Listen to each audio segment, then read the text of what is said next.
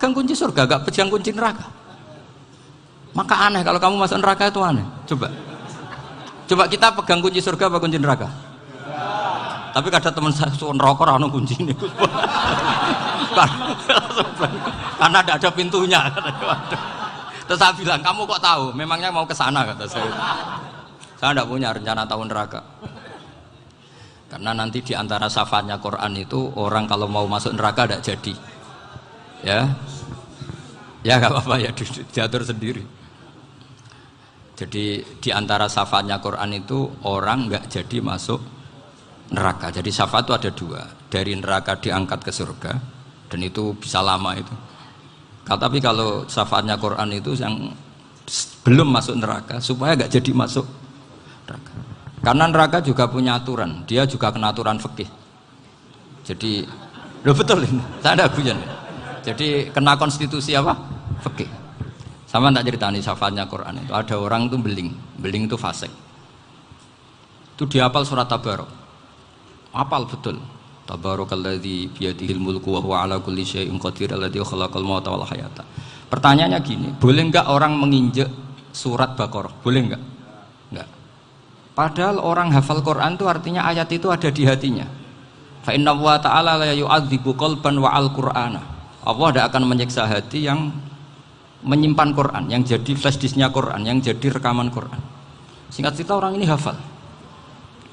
Pas ketemu Mungkar Nakir prosedur kan, ini orang fasik mau diantemin sama Mungkar Nakir. Prosedur ya, dia kan prosedur standar. Si surat Tabarok akhirnya menjelma jadi seseorang yang gagah berani.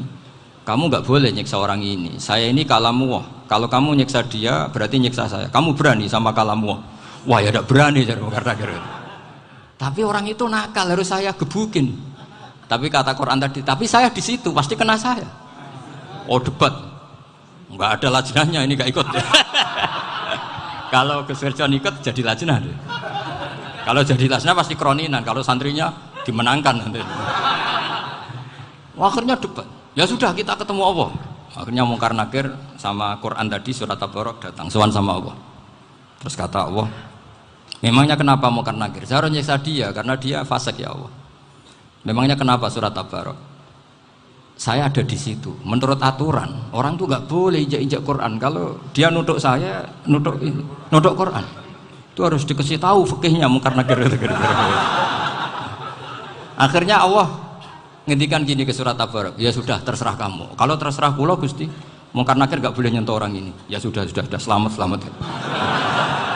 Sehingga terus itu sampai baca di termasuk mukjizatnya surat Tabarok di tafsir Ibnu Katsir banyak. Karena tadi logikanya malaikat itu juga kena aturan fikih. Sehingga banyak ulama termasuk Said Muhammad ngendikan pertanyaan Mungkar Nakir itu tidak semua orang kena. Kalau semua orang kena nanti kalau tanya Nabi Muhammad, waman nabiyuka? Kacau kan jamnya. Nabi kamu siapa? Lu saya ini nabi. Ya kan? Lah nanti kalau pas ketemu Nabi Ibrahim, waman abuka?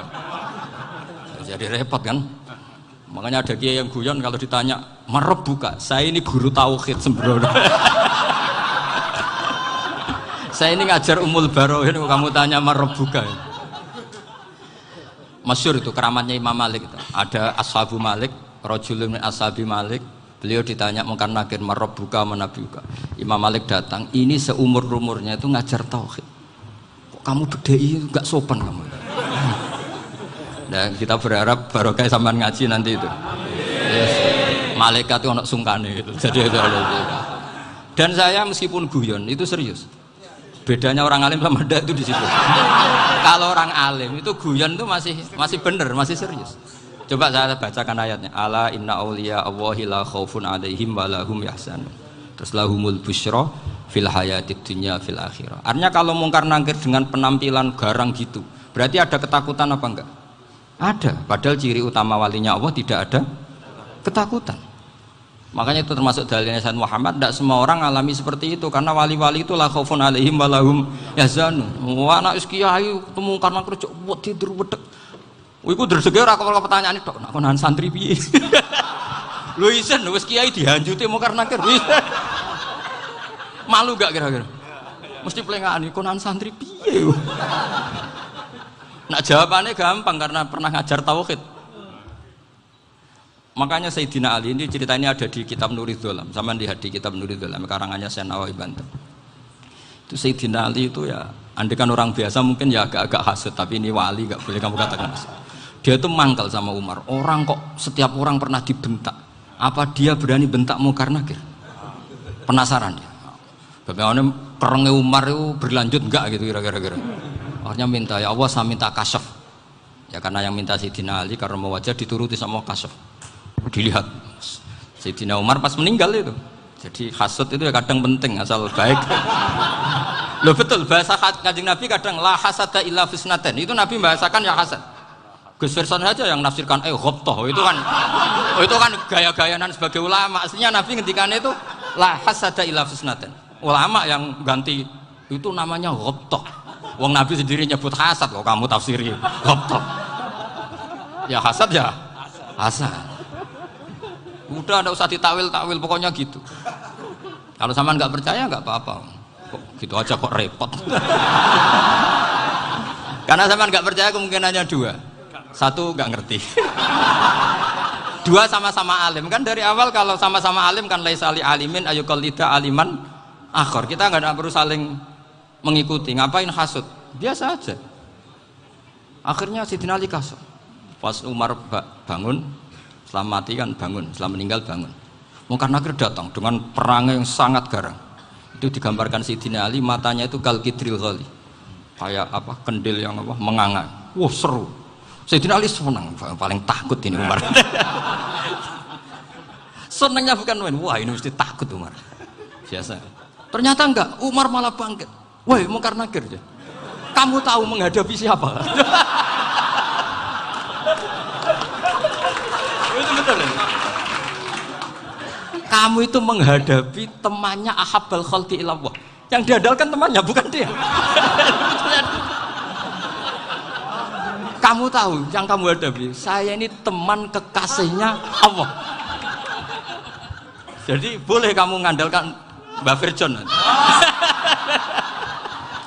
Tapi nanti resikonya Munkar Nakir tanya, itu Virjon siapa? Wah itu masalah kan.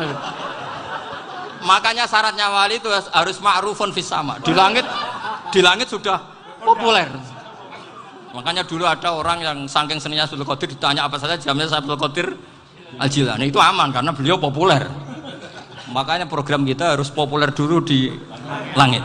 Oh, itu nanti kalau dicatut oleh santri-santri nggak apa-apa. Kalau nggak populer nanti dicatat itu siapa? Masalah ini. Umar itu yang dibanggakan itu, kamu tahu saya siapa? Ya enggak tahu. Saya ini temannya kekasihnya Allah. Temannya Muhammad. Iya Muhammad Rasul. Wah mikir waduh. Repot. Loh di dunia aja gitu kan temannya presiden, temannya panglima, apalagi ini temannya Sayyidul Awalin wal Akhirin. Di dunia aja bilang temannya presiden, menteri orang sudah takut, apalagi ini temannya Sayyidul Awalin. Hanya Munkar Nakir terus konfirmasi sama Allah, gimana ya Allah ini ngadepi. Sebetulnya yang diandalkan itu temannya, bukan dia. Wah, akhirnya sama Allah dibilang, ya Bu, ya sama seorang seperti itu Bu yang sopan. Terus semenjak itu Munkar Nakir itu nggak selalu berpenampilan seperti itu, sangat. Jadi semoga itu konsisten sampai nanti. Jadi kamu kalau ingin nggak takut Munkar Nakir jadi wali dulu. Karena syaratnya tadi hanya wali sing la khaufun alaihim walahum yahzanun lahumul busyra fil hayatid dunya fil akhir. Jadi orang itu kalau ngaji itu harus khatam. Jangan semuanya kena pertanyaan. Nanti kalau semuanya kena pertanyaan nanti repot. Kalau Nabi Muhammad ditanya waman Nabi Yuka. Nabimu siapa? Lu kan terus jadi aneh. Jadi makanya ngendikane Sayyid Muhammad semua ulama lah. Enggak ada am kecuali ditaksis. Kecuali sifatnya Allah. Misalnya bikulli syai'in alim ya benar-benar bikulli syai'in. Tapi kalau am semuanya pasti ada taksis. Meskipun dalam muhawarah muhadasah biasa. Misalnya contoh gampang istri kamu baru seneng kamu, Mas nak pengen apa-apa itu lapor aku, gak apa-apa Mas, mesti aku seneng sama lapor. Iku dia aku pengen wayo. Wah langsung jadi apa wae. Mesti apa wae maksudnya kecuali itu gitu. Padahal kalau ngomong Mas sampean ingin apa saja tak dukung. Terus sampean bilang Pengen iku wayo. Kira-kira disetujui apa enggak? Sama seperti kita kalau punya teman akrab, wes nang omahku gak apa-apa, anggap ae omahmu dhewe.